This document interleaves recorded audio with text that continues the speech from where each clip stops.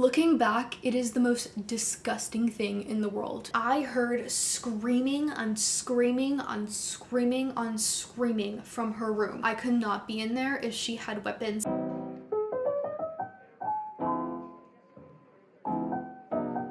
Hey guys, my name is Victoria and welcome back to my channel. As you know, I am mostly a college channel. I talk a lot about how to survive college. I give a lot of tips and stuff, but I haven't really told y'all a lot of experiences that I've had. About a year and a half to 2 years ago, I had a nightmare roommate, and I'm gonna get into everything, but I have not talked about this because it is something I am still processing.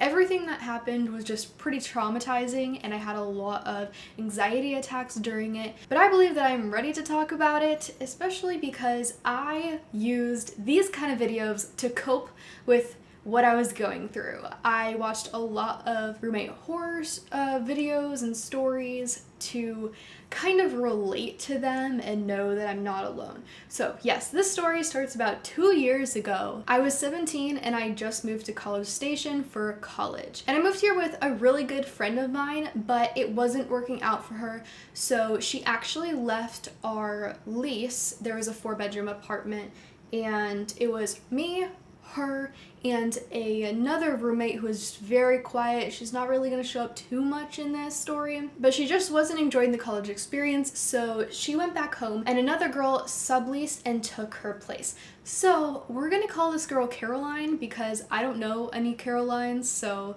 and if your name is Caroline, I'm sorry, but for legal reasons, that is what we're going to call her. So Caroline moved in, she's 19, just about to turn 20. And I thought that we would have a lot in common. I thought we were gonna get along. I was excited. On the day that she was moving in, I helped her move in and I was asking her a bunch of questions. What does she like to do? I found out that we both like gaming, so I was like, this is gonna be great. We're gonna be gaming, we're gonna be talking about this stuff, we're gonna be friends. And I mean, she just kind of seemed like a normal human being. She wasn't a student. She was working full-time at a pizza shop, but we're gonna get into her jobs, which were just very strange. But yeah, everything was fine in the beginning. I just kind of like minded my own business, and I was working a lot in college. This was my freshman year and I really wanted to get my grades up. And during that week, we were just kind of going through the rules or like what we wanted to have planned out as roommates, like chores and stuff. And neither of them wanted to do chores. I asked like, hey, how do you want to split it up? And they basically said like, we don't like cleaning. So that just both sucked for them. But anyways, really the first red flag that happened was when she asked if it's okay to have guys stay the night. And I was like, I mean, that's fine. It doesn't really bother me. Just please try to like keep quiet at night. And she said to me, no promises. So I thought that was super rude. I mean, I thought she was like joking, but I didn't take it really nicely just because she's new and we weren't friends, so talking like that was just very off, but I didn't think that that would necessarily be a huge problem. She never really actually wanted to get to know me as a human being, so that whole friend thing just didn't really work out. We never gamed, whatnot, so I just minded my own business, did school and whatnot, and throughout the weeks, she got weird. This was the second red flag. So her and I shared a bathroom together. There are 2 hallways, and so her and I were in one, and then the third roommate, which I don't really ever talk to, was in the other one, way at the other side of the apartment. So her and I are fairly close. In marker, she had written on the mirror in big letters, don't leave your clothes in the bathroom. So I get it, like, yeah, don't leave dirty clothes in the bathroom, and those clothes were from that day. I accidentally kicked one of my shirts in the corner, and so yeah, I left dirty clothes in the bathroom. But I was like, why didn't you just say something or at least leave a note? So I texted her. I was like, hey, next time you want me to do something, please just put it on paper or just come to me in person. She did not take that lightly. I don't even think she replied, but from then on, she started getting really rude and mean. When we were still kind of friendly, she started to say really weird, uncomfortable things. For example, one time she was just laying on the couch and she called me over and she asked me to get her alcohol. Not to mention I didn't drink, so that was just so weird for a 20-year-old to be asking a 17-year-old to get her alcohol. Another instance is my other roommate had a very bad day one time, and so we were talking in the kitchen, kind of talking through that. We weren't necessarily friends, but I knew something was off, so I wanted to be there for her. And she was talking about her family issues. I think she was having difficulty with her mom, and Caroline came over and she butt into the conversation and said, "You don't know family issues. I was raised by a drug addict mother and then abandoned." Like, what a way to just devalue my roommate's experiences or what she's already going through. That was just awful and horrible, and nobody even asked. Nobody even asked.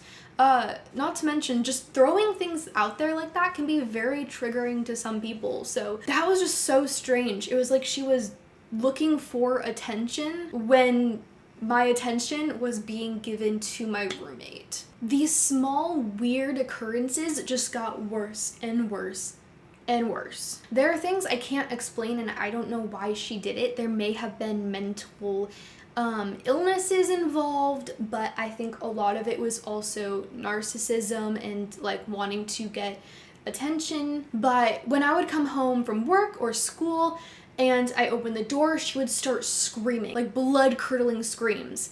And I would be like, "What? Like, what's wrong?" And she's like, "Oh, I wasn't expecting someone to come home." Like, you live with 2 other people.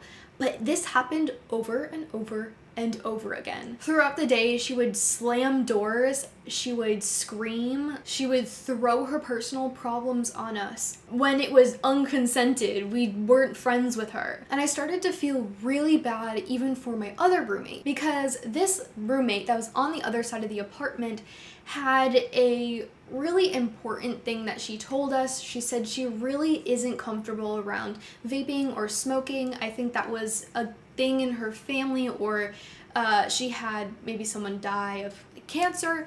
So that was something she didn't want there at all, right? So at that point, I did vape a little bit, but I stopped. Like, I didn't do it because I respected her and I wanted her to feel comfortable. But Caroline did not. She did not give a crap at all.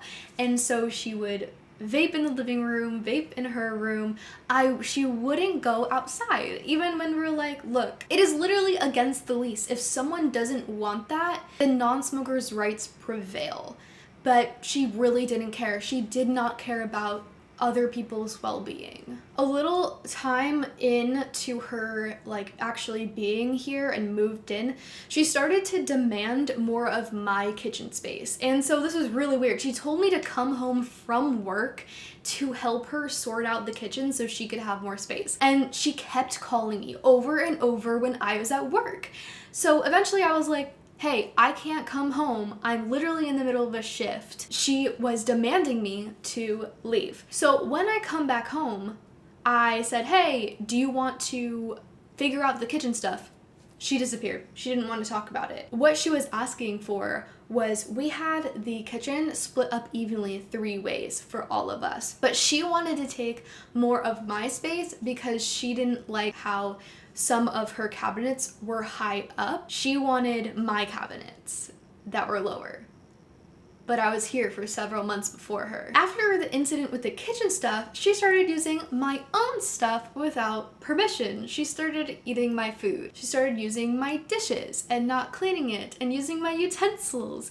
And it got so awful because whenever I would go into the kitchen, none of my stuff was there to be used. It was all in the sink dirty. Looking back, it is the most disgusting thing in the world. So neither of my roommates, especially her, did the dishes, and they were using my stuff, right? So I ran out of everything. So I would constantly be like, "Hey, clean my dishes, please. Like, I need them." And they would refuse to. So before spring break, I asked everyone to just everybody clean up the dishes that were in the sink before they left. She did not do that. There was mold growing on the dishes. So I texted her. I was really upset, as you can see. So I texted her saying, hey, while you're on vacation, because she told me to not bother her, while you're on vacation, I'm cleaning your dishes because you won't help out. You just keep leaving them and it's bringing in bugs. Oh my God. Let me tell you, this set her off. She called me when I was home studying. It was like 9 or 10 at night.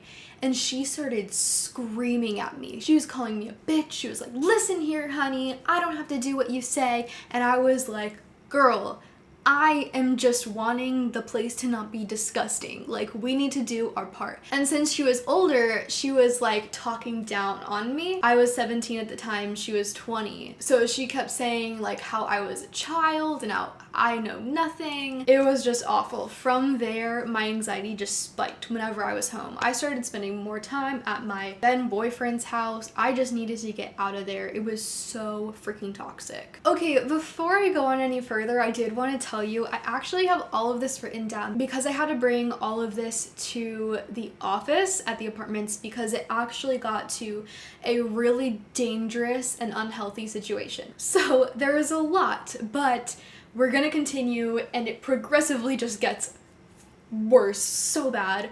So the actual apartment just gets more disgusting and I'm cleaning almost every single day. I'm like literally crying and vacuuming at the same time because I can't handle this. I'm cleaning up after 3 people and I feel like a mom. Finally, winter break comes and it is time to go home. I do have a cat, so I don't go home for too long. For 2 weeks, I think, and someone I knew was taking care of Lunchbox. But when I got back and I walked into the apartments, oh my God, it smelled like a dump. I walked in and started gagging. I almost threw up. They left all of their trash and their dishes that are my plates and whatnot in there for the whole time I was gone and longer because they were in there before I even left. It was so disgusting. It brought in a cockroach infestation and it brought in fruit flies. All of this was going on. I could not take it. I no longer interacted with the girls. I just stayed in my room or went to school or was at my current boyfriend's house. My anxiety was always so high. It literally felt like living in a dump. Eventually, I stopped cleaning up after them because I could not do it. I could not clean up after Caroline for every single day and do school and do like 25 hours of work a week. It was just way too much. This is where things get even more disgusting. Trigger warning, we're gonna be talking about bodily fluids because it's involved. Ugh. I got so tired that I stopped doing their dishes and the dishes stayed in the sink for 3 months. 3 months. It got moldy and things were bubbling. I don't even know what was going on there, but I didn't want to touch it. It was rancid. At that point, I really wasn't even staying very much at the apartment. I literally took Lunchbox because I didn't trust Caroline around Lunchbox and stayed somewhere else. It was so bad. The trash, when it piled up, they took the top off of the trash and Caroline would just pile on top and then pile garbage on the sides. Would never take the trash out. Boxes were piled in the living room, in front of the hallways. There were trash bags outside of her bedroom door. But Caroline wasn't just messy. The girl needs help. She started leaving things with blood and just other bodily fluids everywhere in the bathroom and in the kitchen and in the living room. I don't even know what happened, but one time I came home and there was bloody undergarments, panties and stuff on the kitchen floor, just spread out. What do you even do when that happens? When I would bring things up like this to her, she would absolutely refuse that it was her. She began using my bathroom towels, and from there got black makeup stains and blood on my white towels. I don't know what kind of blood it was. I'm assuming it was like period blood, and I really hope it wasn't like wound blood, but it just got horrifying. It stained my stuff, my bath towels, my hand towels. In the bathroom, she scattered her like used sanitary products on the ground, and there was blood smeared on the walls and on the outlets. And I don't even know how you get blood there, but it was just everywhere. And I don't have pictures of this because I don't even think that's allowed on YouTube, but I wouldn't even want to show you guys because it was just disgusting. At one point, she scattered some like UTI products from a box on the ground, and I took a picture of it and I was like, hey, please clean up your stuff because I have company coming over. Like, this can't be in the bathroom. Like, please clean it up off of the floor. And she refused to say it was hers. Her and I were the only ones that were sharing that bathroom, and that UTI stuff was not mine. So Caroline was lying about everything that she was actually doing. She was lying about the blood. She was lying about the dishes. She was lying about all of it. After that, I quickly started to make my bedroom and whatnot my space. I grabbed my stuff from the kitchen so they couldn't use it, and they got very pissed off when I did that. When I took the silverware that they were using, the dishes that they were using, they got pissed. Both of them. Yeah, both of them. But especially Caroline, because she saw those things as hers to use. Just like it was her house that she didn't expect anyone to walk into. It's her place that I can't tell her to clean up after herself. Then the situation at the apartment went from gross to dangerous. This is the part that is like more triggering for me because the messes are disgusting and it gives me anxiety, but this stuff was actually very, very scary. She would often have fits, just like the screaming, but that was very short term when I walked into the apartment. But she started having these fits, I guess, of anxiety, where she would like blood curdling scream and throw herself on the ground and slam doors and throw things, and she would vomit violently, and it looked like an exorcism essentially. But she put it on me to take care of her when she was going through these things. So she would knock my door and like have me deal with it, and I was not okay with that. I was not in the right state of mind for that. I was literally 17. Like, I'm not even an adult yet. Not to mention, that is not for me to take care of. I'm not her friend, I'm her roommate, and I will be there if she wants to talk to me about issues like my past roommate did on the other side in the kitchen, but I am not there to drag her out of a fit. She also started bragging about getting into physical fights at work and how she kept being fired from her jobs because she kept throwing hands. I was starting to get really afraid about not only me being hurt, but mostly Lunchbox, which is a whole other issue because she demanded me to take care of Lunchbox in different ways than I was, even though I literally love Lunchbox and I do my research and I talk to vets. She wanted me to do other things, but we're not gonna get into that. But I was afraid that she would genuinely hurt one of us, especially because she's already thrown names at me, called me a bitch, and she has said that she's capable of actually beating people up. So that was really scary. She began walking around the apartment naked. I had people over one night and they walked out into the hallway and she was butt naked in the apartment, like it wasn't her room. This was literally out in public. So the person that was with me literally ran back in and was absolutely freaking traumatized. That mortified me. I can't believe that she was actually walking around the apartment naked like it was hers. She just didn't ever seem to be aware that there were other people here and she needed to respect them. But one night in April of 2019, everything came crashing down. I was in my room just chilling. It was late at night. I think it was like 10 or 11 o'clock. And I heard screaming on screaming on screaming on screaming from her room. And her room is almost connected to mine by a wall. And I thought it was so bad, I thought that maybe one of her family members died or something like that. And so I wanted to give her a little time to calm down a bit and then ask her if she's okay, because I genuinely thought somebody died.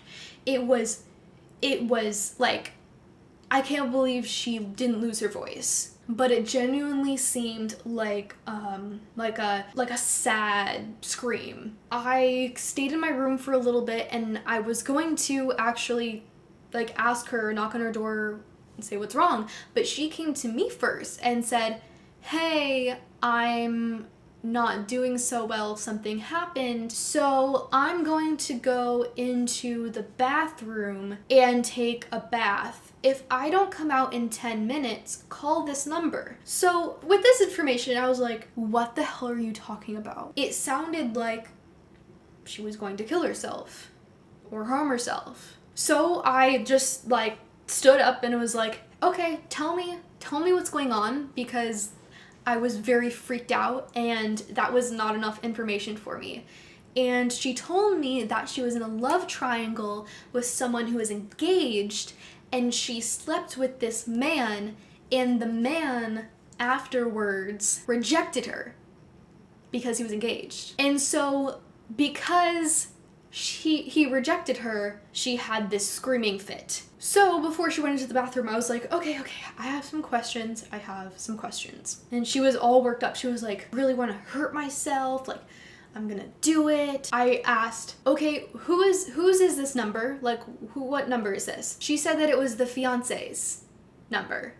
That it was the fiance who rejected her number, to call that number if she tries to kill herself. I won't even get into how manipulative that is for that fiance, like her to the fiance, but that is just horrible. So I guess I had this number, right? So I put it in my phone and she went into the bathroom and I waited and I waited. I didn't hear anything. I did hear a thing. All I heard was her just like yelling and screaming. But other than that, like I didn't hear her come out of the bathroom. So I knocked on the bathroom.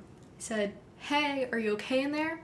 Didn't hear anything. She didn't say anything. It was silent. And so I was like, "Are you okay?"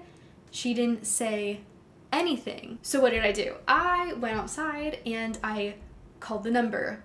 And I said, "Hey, she's threatening to harm herself. Please get her." Like she gave me this number. Caroline gave me this number to call if she didn't get out of the bathroom. She said she was going to harm herself. So please come get her. I don't know what's going on. And the guy said, "She's probably fine. I'm sure she's fine. Like, don't worry about it." So I hung up with this guy who was absolutely no help. I really thought that he would come and help because I don't know why he would help. I don't know what I was expecting, but I needed somebody to take care of this. That was not me. So I went back inside, and when I was walking through the hallway, she threw the bathroom door open. She was naked, and she ran to me and lunged into my arms. She was crying and sobbing, and I felt freaking violated. So in an effort to calm her down, I did hug her and was like, hey, I just wanted to let you know that I did call the number. Before I was able to explain myself, she stepped back and she said, "You did what?" And she got so angry at me for calling that number that she told me to. She started screaming at me again. She said that I ruined everything.